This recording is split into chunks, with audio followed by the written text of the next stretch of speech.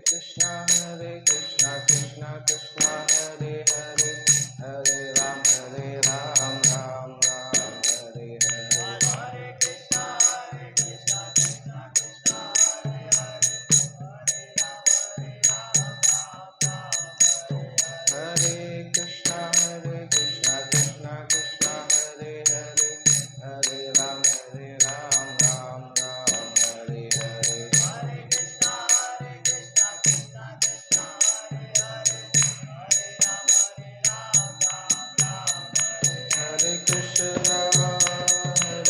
कृष्णा कृष्णा कृष्णा हरे हरे, हरे राम राम राम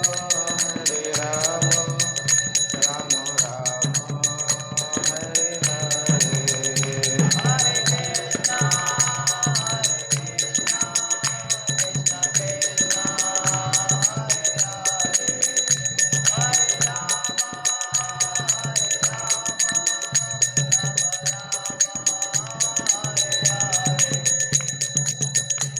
कृष्णा कृष्णा कृष्णा हरे हरे, हरे राम हरे कृष्णा कृष्णा कृष्णा हरे हरे, हरे राम राम राम हरे हरे।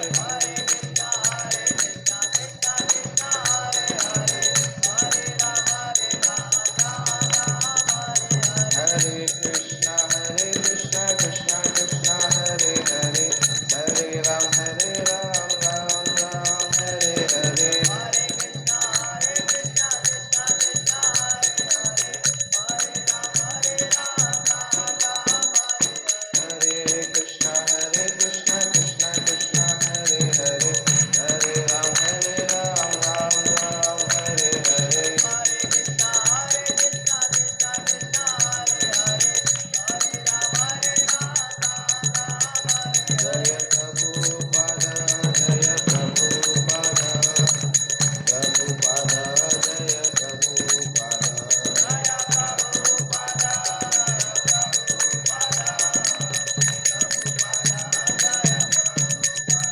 निताय गौर हरि बोल हरि बोल हरि बोल हरि बोल। निताय गौर हरि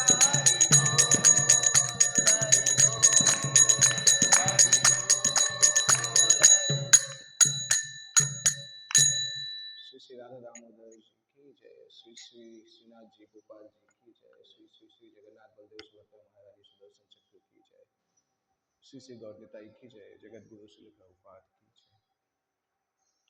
ओम अज्ञानतिमिरान्धस्य ज्ञानाञ्जनशलाकया चक्षुरुन्मीलितं येन तस्मै श्रीगुरवे नमः। श्रीचैतन्यमनोभीष्टं स्थापितं येन भूतले स्वयं रूपकदा मह्यं ददाति स्वपदान्तिकं। वन्देऽहं श्रीगुरौ श्रीयुतपदकमलं श्रीगुरुन् वैष्णवांश्च श्रीरूपं साग्रजातं सहगण रघुनाथान्वितं तं सजीवं साद्वैतं सावधूतं परिजनसहितं कृष्णचैतन्यदेवं श्रीराधा कृष्णपादान् सहगण ललिता श्रीविशाखान्वितांश्च नमो विष्णुपादाय कृष्णपृष्ठाय भूतले श्रीमते भक्तिवेदान्तस्वामिनिति नामिने। नमस्ते सारस्वते देवे गौरवाणी प्रचारिणे निर्विशेषशून्यवादी पाश्चात्यदेशतारिणे। नमो महावरण्याय कृष्णप्रेमप्रदायते कृष्णाय कृष्णचैतन्यनामने गौरत्विषे नमः। हे कृष्ण करुणा सिंधु दीनबंधु जगतपते गोपेश गोपिका कांत राधा कांत नमोस्तुते। तप्त कांचन गौरांगी राधे वृंदावनेश्वरी वसुभानुसुते देवी प्रणमामि हरिप्रिये। वाञ्छाकल्पतरुभ्यश्च कृपा सिन्धुभ्य एव च पतितानां पावनेभ्यो वैष्णवेभ्यो नमो नमः। जय श्री कृष्ण चैतन्य प्रभु नित्यानंद श्री अद्वैत गदाधर श्रीवासदि गौर भक्तवृंद। हरे कृष्ण कृष्ण कृष्ण हरे हरे, हरे राम राम राम हरे हरे। ओम नमो भगवते वासुदेवाय, ओम नमो भगवते वासुदेवाय, ओम नमो भगवते वासुदेवाय। नारायणं नमस्कृत्य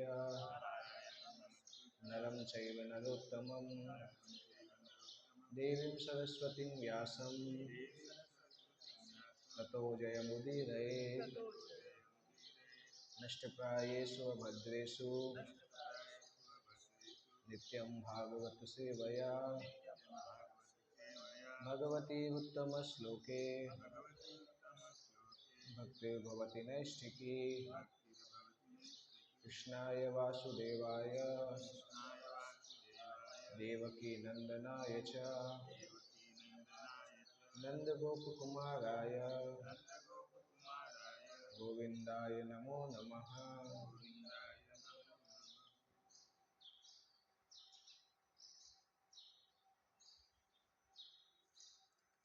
श्रीमद् भागवतम अध्याय स्कंद 11 अध्याय 25 श्लोक संख्या 26। सात्विकः कारको संगी रागन्धो राजसः स्मृतः तामसः स्मृतिविभ्रष्टो निर्गुणो मदपाश्रयः। सात्विकः कारको संगी रागान्धो राजसः स्मृतः तामसः स्मृतिविभ्रष्टो निर्गुणो मदपाश्रयः। सात्विकः कारको संगी रागान्धो राजसः स्मृतः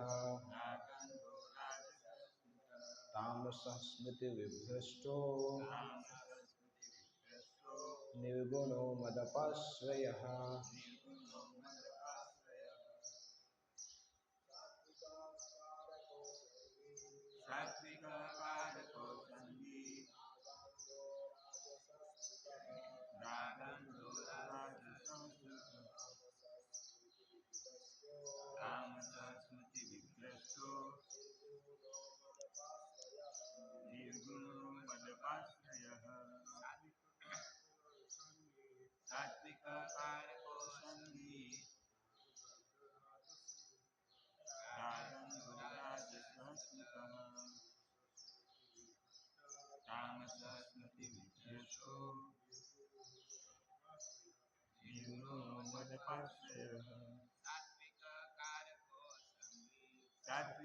कारको संगी रागान्धो राजसः स्मृतः तामसः स्मृतिविभ्रष्टो निर्गुणो मदपाश्रयः। सात्विकः कारको संगी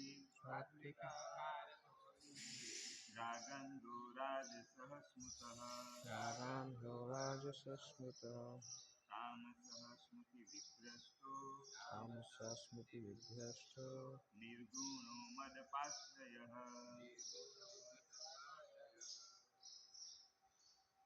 सात्विकः सतोगुणी कारकः कर्म करने वाला कर्ता असंगी अनुरक्ति से रहित रागान्धः निजी इच्छा से अंधा हुआ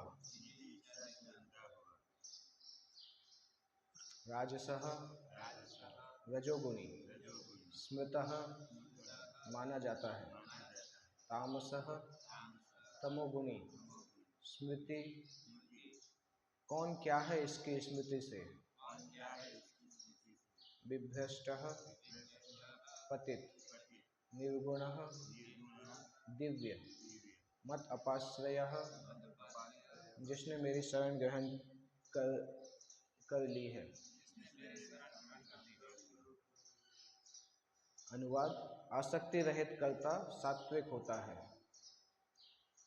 निजी इच्छा से अंधा हुआ कर्ता राजसी तथा अच्छे बुरे भेद को पूरी तरह भुला देने वाला कर्ता तामसिक है। किंतु जिस कर्ता ने मेरी शरण ले रखी है वह प्रकृति के गुणों से परे माना जाता है। दिव्य कर्ता भगवान कृष्ण तथा कृष्ण के प्रामाणिक प्रतिनिधि के निर्देश अनुसार अपना कार्य करता है। ऐसा व्यक्ति प्रकृति के गुणों से परे रहता है। पिछले श्लोक में भगवान ने वर्णन किया था कि कौन कौन से स्थान तीनों गुणों में आते हैं। उसमें भी अंत में लिखा था मन्निकेतः मन्निकेतम तो निर्गुणम। भगवान का मंदिर जो है वो निर्गुण होता है, तीनों गुणों से बाहर होता है, इसलिए भगवान के मंदिर को वैकुंठ भी बोला जाता है। यहाँ पर निर्गुणः मद अपाश्रय है। तो पिछले श्लोक में स्थान का बताया था, इस श्लोक में व्यक्ति का बताया है। अगले श्लोक में श्रद्धा का बताएंगे, उसके अगले श्लोक में भोजन का बताएंगे, उसके अगले श्लोक में सुख का बताएंगे, और उसके अगले श्लोक में फिर इन जनरल सभी का बताते हैं। तो भगवद गीता 14वें अध्याय में जो इतना डिटेल में नहीं दिया गया है, उससे ज़्यादा यहाँ पर बताया गया है।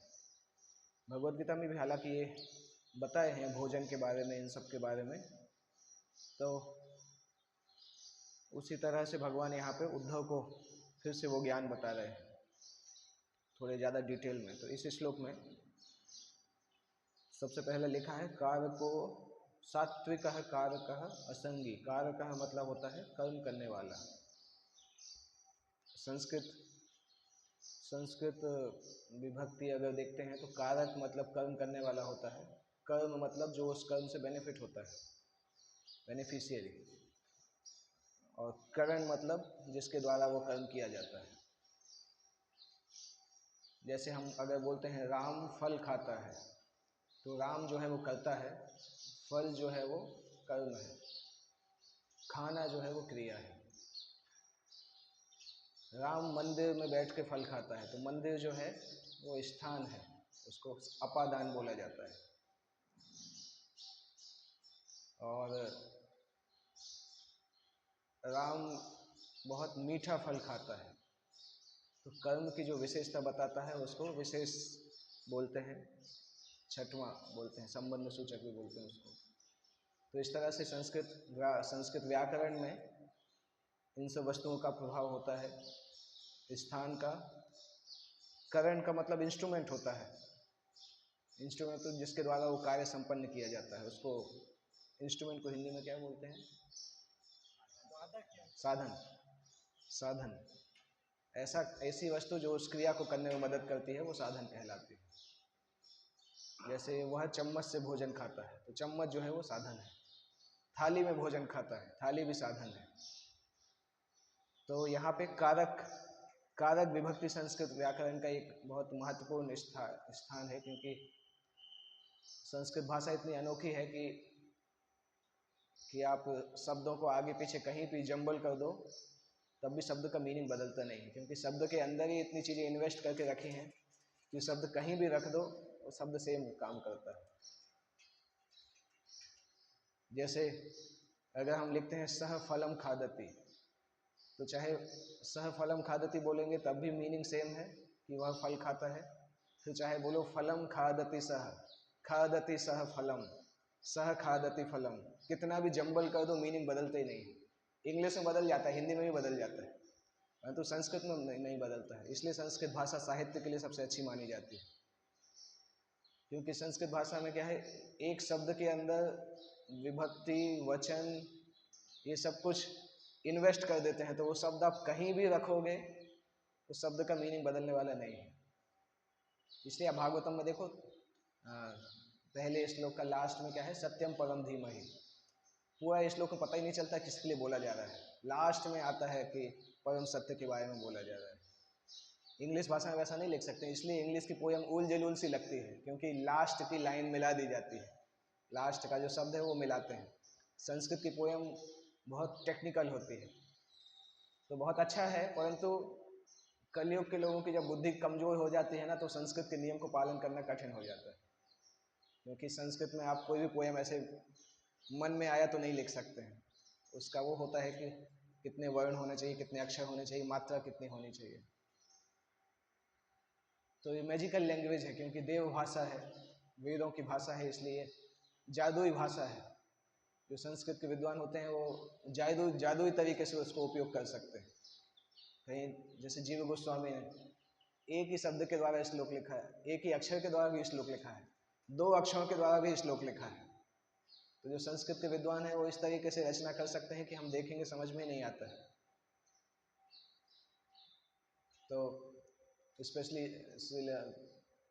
जीव गोस्वामी संस्कृत के बहुत बहुत प्रकांड विद्वान थे। प्रैक्टिकली पिछले 1000 साल के सबसे बड़े विद्वान माने जाते हैं जीव गोस्वामी। उनका संस्कृत पे पकड़ इतना ज़्यादा था कि कोई स्कॉलर सामने नहीं आते थे उनके कि इससे बात क्या करेंगे, इसको हराने तो दूर की बात, उनसे सामान्य बात करने में भी लोग डर जाते हैं, इतना ज़्यादा विद्वान थे संस्कृत के। तो यहाँ पर आ रहा है सात्विकः कारकः असंगी। जो सतोगुण में कार्य करता है उसका एक लक्षण होता है, वो असंगी होता है, आसक्ति नहीं पाई जाती है। जैसे संस्कृत भाषा का ग्रामर जो है वो पाणिनि व्याकरण सूत्रों से निकलता है। पाणिनि अष्टाध्यायी एक ग्रंथ है जिसमें संस्कृत के ग्रामर आते हैं।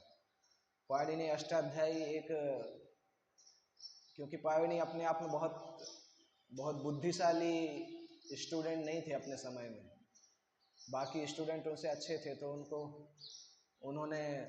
उनके गुरु ने या किसी ने बताया कि आपको शंकर जी की तपस्या करनी चाहिए। तो उन्होंने शंकर जी को प्रसन्न किया और शंकर जी जब उनके सामने आए तो अपने डमरू उन्होंने बजाए और डमरू से 14 सूत्र निकल के आए जिनको महेश सूत्र बोला जाता है। तो डमरू की आवाज़ से वो सूत्र निकल के आए। उन महेश सूत्र को पाणिनि ने 4000 संस्कृत के सूत्रों में एक्सपेंड किया। तो शंकर जी के जो डमरू की आवाज़ से 14 सूत्र निकल के आते हैं महेश सूत्र, वो पाणिनि व्याकरण का मुख्य है। उसमें से 4000 निकले, उन 4000 को थोड़ा सा और एक्सपेंड किया तो 6000 हुए। उससे सिद्धांत कौमुदी नाम से ग्रंथ बनाया एक संस्कृत के विद्वान ने, क्योंकि पाणिनि के सूत्र जो थे वो सीक्वेंस में नहीं थे, तो एक विद्वान ने सीक्वेंस में विभक्ति यहाँ पे है, ये यहाँ पे है, उस तरह से उसको डिवाइड किया। जैसे जैसे कलयुग बढ़ने लगा तो सिद्धांत कौमुदी पढ़ना भी कठिन हो गया लोगों को, तो एक और विद्वान आए, उन्होंने लघु सिद्धांत कौमुदी लिखा। उन 6000 सूत्रों में से 2-2,500-3,000 सूत्रों को इकट्ठा करके जो जरूरी है वो लिखा। कलयुग और कमजोर हो गया तो लघु सिद्धांत कौमुदी भी कोई नहीं पढ़ता है, तो अभी हम उसमें से किताबें बना बना के थोड़ा थोड़ा सिखाते हैं, विभक्ति सिखाते हैं, काल सिखाते हैं, क्योंकि लघु सिद्धांत कौमुदी जो कि 400 साल पहले हर व्यक्ति पढ़ता था। अध्यात्म में जो है, जो संस्कृत को पढ़ना चाहता है उसका पहले ही कार्य होता था लघु सिद्धांत कौमुदी पढ़ना। परंतु 400 साल में बुद्धि इतना नीचे हो गया कि लघु सिद्धांत कौमुदी भी दूसरी दुनिया की चीज लगती है, उसके सूत्र भी खोल के देखो तो समझ में नहीं आते हैं। तो इस तरह से संस्कृत भाषा बहुत रोचक है, और संस्कृत भाषा चूंकि शास्त्रों की भाषा है इसलिए भक्तों को उससे डरना नहीं चाहिए। प्रभुपाद जी ने बहुत मदद की है हमें कि एक एक शब्द का मीनिंग बताया है। अगर उसको पढ़ते रहते हैं ना तो धीरे धीरे संस्कृत भाषा पे पकड़ आ जाती है। और उसके बाद अगर आप थोड़ा बहुत भी सीखेंगे, काल सीख सकते हैं, विभक्ति सीख सकते हैं, तो आप खुद भी संस्कृत को समझ सकते हैं। अच्छी भाषा है, एक बार जब समझ जाते हैं ना तो फिर बहुत अच्छा लगता है। फिर आपको जो कोई संस्कृत टेक्स्ट देखते हैं तो पढ़ने की इच्छा होती है। और हमारे आचार्यों की कमेंट्री संस्कृत भाषा में ही लिखी है, चाहे भक्ति विश्वनाथ चक्रवर्ती ठाकुर हो, श्रीधर स्वामी हो, सब हो, जीव गोस्वामी, सभी ने उसमें लिखी है। तो एक बार अगर आप उस लैंग्वेज को सीख जाएंगे तो आपको साहित्य का समुद्र सामने खुल जाता है। आपको इंग्लिश या हिंदी ट्रांसलेशन की जरूरत नहीं पड़ती है, कोई भी साहित्य उठाओ उसको पढ़ के आप मीनिंग पता कर सकते हैं। तो वासु घोष इस चीज़ को बहुत बोलते हैं कि संस्कृत से डरना नहीं चाहिए, बहुत अच्छी भाषा है और बहुत आसान भी है। केवल थोड़ा हवा बनाया है कि ये कठिन भाषा है, कठिन भाषा है, बहुत आसान भाषा है। संस्कृत भाषा अगर आप तोड़ तोड़ के सीखेंगे ना, बहुत आसानी से सीख सकते हैं। मैंने कैसे सीखा, क्योंकि मैं 15 दिन के लिए कोर्स करने गया था, स्पीकिंग संस्कृत का कोर्स। वहाँ पे संस्कृत में ही बोलना होता था, कोई और भाषा नहीं बोल सकते थे। कोई और भाषा बोलो तो 100 रुपये का फाइन लगता था। तो बोलते बोलते 3-4 दिन में टूटी फूटी संस्कृत सीख गए और 15 दिन में बोलना सीख गए, और उसके साथ उन्होंने विभक्ति ये सब सिखा दिया। तो 15 दिन बाद जब निकले तो हम संस्कृत में ही बात करते थे एक दूसरे से। और दिल्ली में किया था वो कोर्स, तो हम लोग जब बात करते थे एक दूसरे से तो लोग बोलते थे पता नहीं, दिल्ली मेट्रो में हम लोग संस्कृत में बात करते तो आसपास के लोग देखते थे क्या क्या है ये। तो लोगों को थोड़ा मिस्टिकल लगता है, परंतु इतना कठिन नहीं है, सीखना इतना कठिन नहीं है। केवल थोड़ा इच्छा हो और अभ्यास करें तो सीख सकते हैं। सबसे पहले ये मन का हुआ हटाना चाहिए कि संस्कृत कोई ऐसी लैंग्वेज है जो कि दूसरी दुनिया की है। हमारी लैंग्वेज है, ज़्यादा पीछे जाने की ज़रूरत नहीं है। 300-400 साल पहले लोग संस्कृत में ही बात करते थे, 500 साल पहले, 1000 साल पहले ये सारे ग्रंथ संस्कृत में ही लिखे हैं आचार्यों ने। मतलब उस समय संस्कृत बोली जाती थी, जनरल लोग संस्कृत जानते थे। अभी वो थोड़ा, क्योंकि उसको प्रेजेंट ऐसा किया गया ब्रिटिश राज्य में कि संस्कृत तो यूजलेस भाषा है, इतना कुछ जरूरी नहीं है। पर वही लोग संस्कृत सीख के गए, अभी वो लोग उस पर रिसर्च कर रहे हैं, परंतु भारतीयों को सिखा के गए कि इसको सीखने की जरूरत नहीं, इसलिए भारतीयों का विश्वास उस पर से चला गया। और दूसरा, गुरुकुल जब बंद हो गए तो लोगों को लगा संस्कृत सीखने से पैसा नहीं मिलेगा, तो वो भाषा सीखना चाहिए जो पैसा कमाने में मदद करे, इसलिए लोग इंग्लिश सीखने लगे, क्योंकि इंग्लिश सीखेंगे तो जो नौकरी मिलेगा, संस्कृत सीखेंगे तो नौकरी नहीं मिलेगा। इस तरह से संस्कृत भाषा नीचे चली गई। तो भक्तों को सीखना चाहिए, क्योंकि संस्कृत सीखते हैं तो संस्कृति भी सीखते हैं। संस्कृत भाषा अपने आप में इतनी अच्छी है कि संस्कृति, कल्चर शब्द जो है वो संस्कृत भाषा से ही आता है, संस्कृत और संस्कृति। तो उस भाषा को सीखते सीखते लोग कल्चर सीख जाते हैं अपने आप। इस तरह से हर चीज़ कनेक्टेड है। हम उस दिशा में कहाँ चले गए, एक्चुअली दूसरा चीज़ डिस्कस कर रहे थे। तो कारक मतलब जो सात्विक कर्ता होता है उसका कार्य होता है कि उसका लक्षण होता है कि वो अनुरक्ति नहीं होती है। वो कोई कार्य करता है, उस कार्य को अपना कर्तव्य समझ के करता है। इन जनरल उसको कार्य का उसका फल भोगने की बहुत ज़्यादा इच्छा नहीं होती है, सूक्ष्म स्तर पे होती है, परंतु बहुत ग्रॉस स्तर पे उसके पीछे नहीं भागता है। प्रभुपाद जी बताते थे कभी कभी वैज्ञानिक लोग भी इस कैटेगरी में आते हैं कि वो अपने रिसर्च में ही डूबे रहते हैं जिंदगी भर। कभी कभी कलाकार जो पेंटिंग बनाते हैं वो भी, उनमें सत्वगुण पाया जाता है। तो एक है असंगी रहते हैं, अनुरक्ति से रहित। और राजसी जो रहते हैं उनका गुण यहाँ है राग अंध, राग के कारण अंधे हो जाते हैं। राग का मतलब होता है आसक्ति। यहाँ पे उसको ट्रांसलेट किया गया है निजी इच्छा से अंधा हुआ, मतलब व्यक्ति अपनी इच्छा से चीज़ों से आसक्त होता है और उस आसक्ति के कारण अंधा हो जाता है। एक बार अष्टावक्र मुनि एक राजा के राज्य में आए थे, तो राजा ने प्रश्न पूछा था कि हम तीनों गुण और माया हमें कैसे पकड़ लेती है। तो क्वेश्चन सुनते ही राज दरबार से दौड़ के बाहर निकले और राजा पीछे पीछे गया कि ऋषि को क्या हो गया एकाएक। जाके उन्होंने एक पेड़ को पकड़ लिया और फिर बोलते हैं ये पेड़ ने मुझे पकड़ लिया है, मुझे बचाओ। तो राजा बोलते हैं नहीं यार, उसने नहीं, आपने उसको पकड़ा है, पेड़ ने थोड़ी आपको पकड़ा है। तो ऋषि ने बोला आप भी यही पूछ रहे हो कि माया ने मुझे पकड़ लिया है, ये पूछना चाहिए मैंने माया को पकड़ लिया है। तो इसलिए यहाँ पे निजी इच्छा लिखा गया है, क्योंकि जीव की खुद की इच्छा है चीज़ों से आसक्त होना। अगर जीव इच्छा करे तो उससे अनासक्त हो सकता है, परंतु अनासक्त होना नहीं चाहते हैं, इसलिए नहीं हो पाते हैं। जब अनासक्त होते हैं, होना की इच्छा होती है, तब फिर शास्त्र और भगवान और भक्त मदद करने लगते हैं, तो अपने आप छूट जाती है वो चीज़। इसलिए अदरवाइज राग अंध मतलब आसक्ति के कारण व्यक्ति अंधा हो जाता है। इसका बेस्ट उदाहरण धृतराष्ट्र है राग अंध होने का, कि उसको पता ही नहीं चलता है कि उसका बेटा क्या, उसको ये पता है कि उसका बेटा गलत कर रहा है, परंतु रोक नहीं पाता है, क्योंकि मन में जो इच्छा है कि मैं राजा नहीं बन पाया था, मेरे छोटे भाई को बना दिया गया था, तो अभी मेरे बेटे को तो बनना ही चाहिए। वो इतना लॉजिक चीज़ नहीं देख पा रहा है कि उस जनरेशन में आप सबसे बड़े थे, परंतु नेक्स्ट जनरेशन में आपके छोटे भाई का बेटा बड़ा है, ये चीज़ नहीं देख पाए। तो श्री श्री राधा दामोदर की जय, श्री श्री श्रीनाथ जी गोपाल जी, जगन्नाथ बलदेव सुभद्रा गौर निताई की जय। तो वैदिक समय में ऐसा नहीं होता था कि एक्चुअली दोनों पद्धति थी कि बड़े व्यक्ति, अगर कोई भाइयों में सबसे बड़ा है तो उसका जो बेटा होगा वो गद्दी संभालेगा, परंतु साथ साथ अगर उसका बेटा सबसे बड़ा नहीं है तो फिर प्रश्न आता था कि उस जनरेशन में जो सबसे बड़ा है वो गद्दी संभालेगा। तो धृतराष्ट्र को ये नियम समझ में नहीं आ रहा था, उसको लग रहा था कि मैं राजा हूँ, मतलब मेरा बेटा भी राजा बनना चाहिए, परंतु उनका बेटा सबसे बड़ा नहीं था, युधिष्ठिर सबसे बड़े थे, और वही कारण से महाभारत हुआ। तो इसलिए जो धृतराष्ट्र हैं वो राग अंध के सबसे प्रमुख उदाहरणों में से एक है, कि आसक्ति के कारण व्यक्ति इतना अंधा हो जाता है कि वो वंश को ही खत्म करा देता है। उस वंश को खत्म कराने का श्रेय दुर्योधन को नहीं जाता है, मुख्य श्रेय तो धृतराष्ट्र को जाता है। इसलिए विदुर जब आते हैं तो धृतराष्ट्र को डांटते हैं कि उसी भतीजे को मारने के लिए तुमने खूब कोशिश की, अभी उसी के घर में बैठ के तुम सोच रहे हो कि अच्छे से समय काटेंगे। विदुर तो थोड़ा और स्ट्रांग बोलते हैं कि जैसे कुत्ते को भोजन दिया जाता है वैसे ही भीम तुम्हें भोजन खिलाता है और तुम बैठे रहते हो। इसलिए बोलते हैं कि धृतराष्ट्र को गुस्सा आए कभी कभी कोई व्यक्ति अंधा होता है तो उसको कुछ ज़्यादा ही स्ट्रांगली बोलना पड़ता है। और वही विदुर जिंदगी भर बोलते थे धृतराष्ट्र को कुछ असर नहीं पड़ता था। और उसी विदुर ने आके जब बोला बुढ़ापे में तो उनको तुरंत असर पड़ा। इतना असर पड़ा कि संजय को बिना बताए भाग गए, रात में निकल गए कि किसी को पता ही नहीं चले। पर वहां पे एक चीज देखने योग्य है कि धृतराष्ट्र ने अपराध इतने किए थे कि विदुर चाहते थे उनको शुद्ध भक्त बनाना, परंतु नहीं बना पाए। वहां पे प्रभुपाद जी तात्पर्य में लिखते हैं 3 प्रकार के योग दिव्य आध्यात्मिक जीवन प्राप्त करने वाले होते हैं, धीर, सन्यासी और नरोत्तम। तो धीर का मतलब होता है जो कि अनासक्त हो जाता है अपने पारिवारिक वस्तुओं से।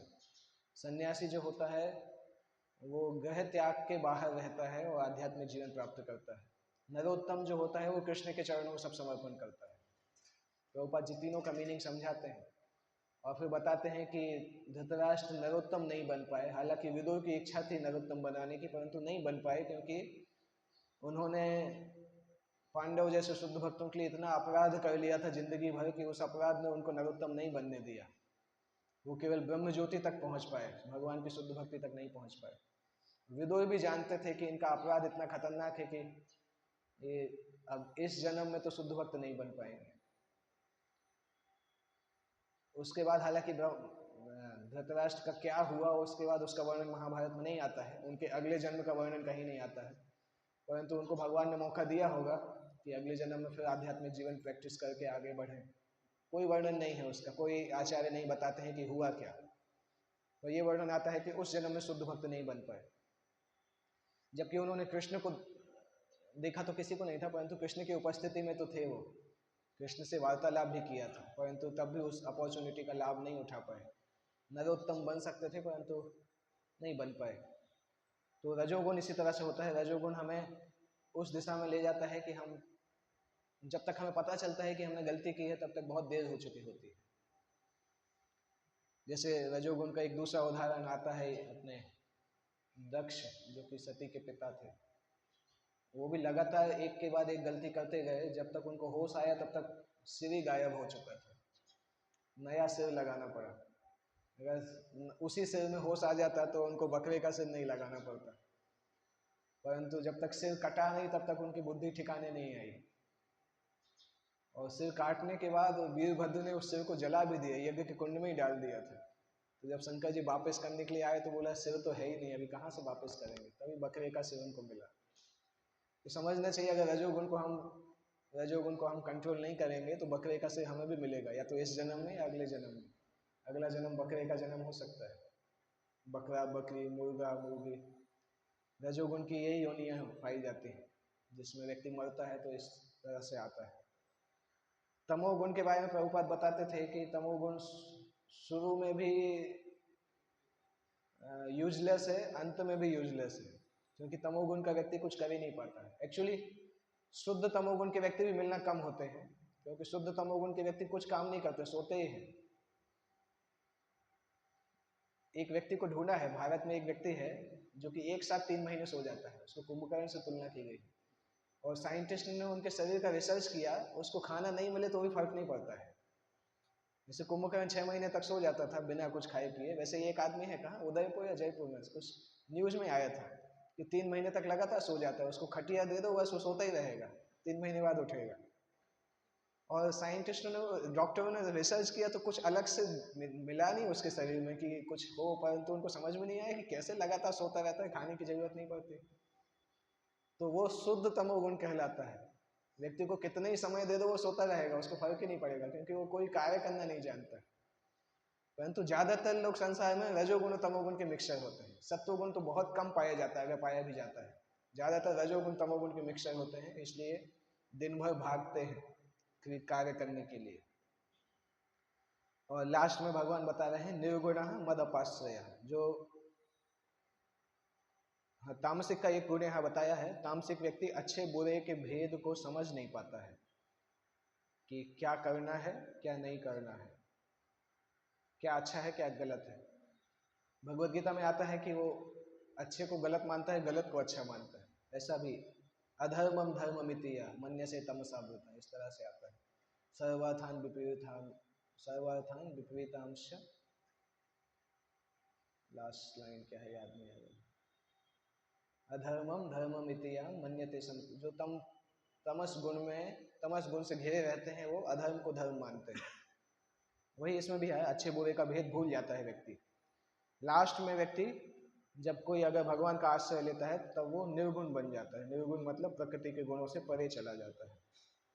उसके लिए कृष्ण के प्रतिनिधि के निर्देश के अनुसार अपना जिंदगी जीना रहता है। उस तरह से अगर जीते रहते हैं तो शुरू में हो सकता है तीनों गुणों के पार नहीं हो, परंतु ये निश्चित है कि एक समय आएगा जब तीनों गुणों से परे चले जाते हैं। केवल उस दिशा में लगे रहना है। इतना आसान भी नहीं है, क्योंकि हमारे अंदर जो रजोगुण तमोगुण है वो हमें ये करने नहीं देता है। भक्ति में जो व्यवधान आते हैं वो ज़्यादातर हमारे पिछले जो हमने काम किया हुआ है उसके इम्प्रेशंस जब आते हैं उसके कारण व्यवधान आते हैं। और ये इम्प्रेशंस ऐसा नहीं कि एक दो साल भक्ति करने से चले भी जाएंगे। अगर आप भक्ति करते हैं तब भी आप देखते हैं कभी कभी एक का एक कोई बुरे विचार आते हैं, और हो सकता है ऐसा विचार आए जो आपने 5-10 साल पहले का कोई घटना याद आए, 10 साल पहले का, तो मन में आता है इतनी पुरानी चीज़ एकाएक आई कैसे। इसलिए क्योंकि अभी की जो नई चीज़ें हैं वो भक्ति करके साफ होती जा रही है, तो जो पुरानी गंदगी है वो ऊपर आती जा रही है। उस गंदगी को भी सहन करते रहिए, वो गंदगी उकर आके खत्म हो जाएगी। उसके बाद और पुरानी गंदगी आएंगी, पिछले जन्म की गंदगी आएंगी। क्योंकि जब सफाई हो रही तो गहराई से सफाई होने लगती है ना, तो सब निकल निकल के आता है। और एक समय आएगा जब सब निकल के साफ हो जाएगा, फिर नहीं आएगा, फिर वैसे इंप्रेशंस नहीं आएंगे। तो उस समय तक हमें लगे रहना है, और वही समय संघर्ष का समय होता है। परंतु भक्ति का संघर्ष बहुत अच्छा है, संघर्ष करने में ही मजा आता है। तो सोच सकते हैं जब संघर्ष के समय में इतना अच्छा लग रहा है तो जब शुद्ध भक्ति मिलेगी तो क्या होगा। इमेजिन ही नहीं कर सकते कि वो स्थिति क्या होगी। जिसको मिलती है वही समझ सकता है। तो एटलीस्ट ये तो है कि भक्ति में भगवान इतना रस देते हैं कि उस रस के कारण व्यक्ति संघर्ष करता रहता है, संघर्ष छोड़ता नहीं है। अगर उसको भक्ति का रस थोड़ा बहुत मिलता रहे, वो संघर्ष करते करते फिर रस बढ़ने लगता है, इवेंचुअली व्यक्ति शुद्ध हो जाता है। तब फिर बोला जाता है क्या, प्रतिपदम पूर्णामृत आस्वादन, जब हर पद में वो अमृत का आस्वादन करने लगता है, वो तीनों गुणों से बाहर निर्गुण की अवस्था होती है। रास्ता ये है कि भगवान का आश्रय लगातार लेते रहें और छोड़े नहीं बीच में, तो उस स्थान पे पहुंच जाएंगे। ओके, किसी को कोई प्रश्न है तो पूछ सकते हैं। अगले श्लोक में तात्पर्य नहीं है, उसके अगले श्लोक में भी छोटा सा तात्पर्य है। सतोगुण में रहने वाला व्यक्ति भगवान की प्राप्ति कर सकता है? सतोगुण में रहते हुए नहीं कर सकता, उसको सतोगुण से बाहर जाना पड़ेगा। तीनों गुणों से बाहर जाना मतलब सतोगुण से भी बाहर जाना। उसका मतलब होता है कि सतोगुण सामान्यतः इस संसार में शुद्ध अवस्था में नहीं मिलता है। तो जब सतोगुण पूरी तरह से शुद्ध हो जाता है, रजोगुण तमोगुण से बाहर हो जाता है, तब उसको शुद्ध सत्वगुण बोलते हैं। तो शुद्ध सत्वगुण प्रैक्टिकली तीनों गुणों से बाहर ही माना जाता है, क्योंकि इस संसार में तीनों गुण मतलब सत्वगुण के अंदर भी मिक्स रहता है कुछ कुछ, रजोगुण तमोगुण। तो जब वो मिक्सचर खत्म हो जाता है, व्यक्ति पूर्ण सत्व में पहुंच जाता है, तब वो भक्ति करना सीख जाता है। शुद्ध सत्व का इतना वर्णन क्यों किया जाता है? प्रभुपाद जी ने तो कई जगह पे किया है शुद्ध सत्व का वर्णन। प्रभुपाद के तात्पर्य में तो बहुत किया है। हम ज्यादातर पढ़ते तो प्रकृति के तीन ही गुण को पढ़ते हैं, बाकी शुद्ध सत्व जो चौथा है। हाँ, क्योंकि वो तीन गुणों से बाहर है ना, वो प्रकृति का गुण नहीं है। प्रकृति के तो तीन ही गुण हैं जिनका हम पढ़ते हैं। जो शुद्ध सत्य है वो प्रकृति का गुण नहीं, वो भगवान का गुण है। उसको वसुदेव सत्य बोलते हैं। सत्वम विशुद्धम वसुदेव शब्दितम, भागवतम में आता है ना, तीसरे स्कंद में। विशुद्ध सत्व को वसुदेव बोला जाता है, जो कि भगवान के पिता का नाम है।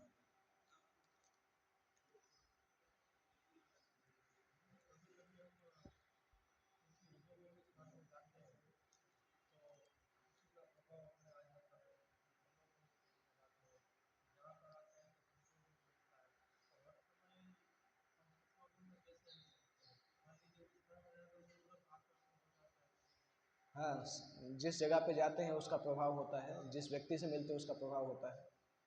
हमारे लिए साधना भक्ति के स्टेज में अगर हम नाम जप अच्छे से करते हैं और साधना अच्छे से करते हैं, तो साधना हमारे चारों तरफ एक प्रोटेक्शन की लेयर जैसी बना के रखती है।